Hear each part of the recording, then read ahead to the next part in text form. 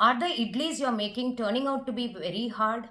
Here I'm going to give you a few tips which is going to be very useful for you for getting soft and fluffy idlis.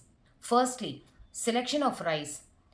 Boiled rice is to be compulsorily used in making the idlis.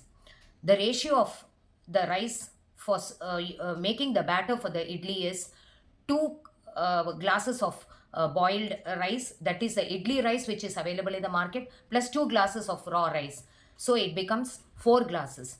Now, for 4 glasses of rice, you need to soak 1 full glass of urad dal, that is the full urad dal or the whole urad dal which is available in the market in the same way. Soak the urad dal and the rice separately.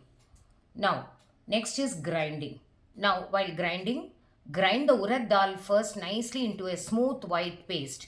Next, after that, grind the rice to a very smooth paste.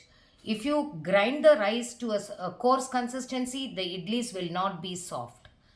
I can give you a few magical ingredients which can make your idlis more soft.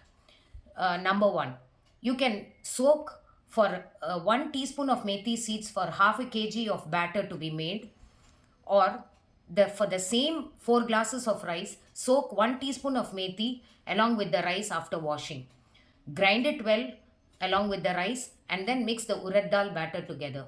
And the next one, soak about 1 cup of poha just an hour before you start grinding. Grind this along with the rice into a smooth paste. Now mix the urad dal batter nicely and allow it to ferment.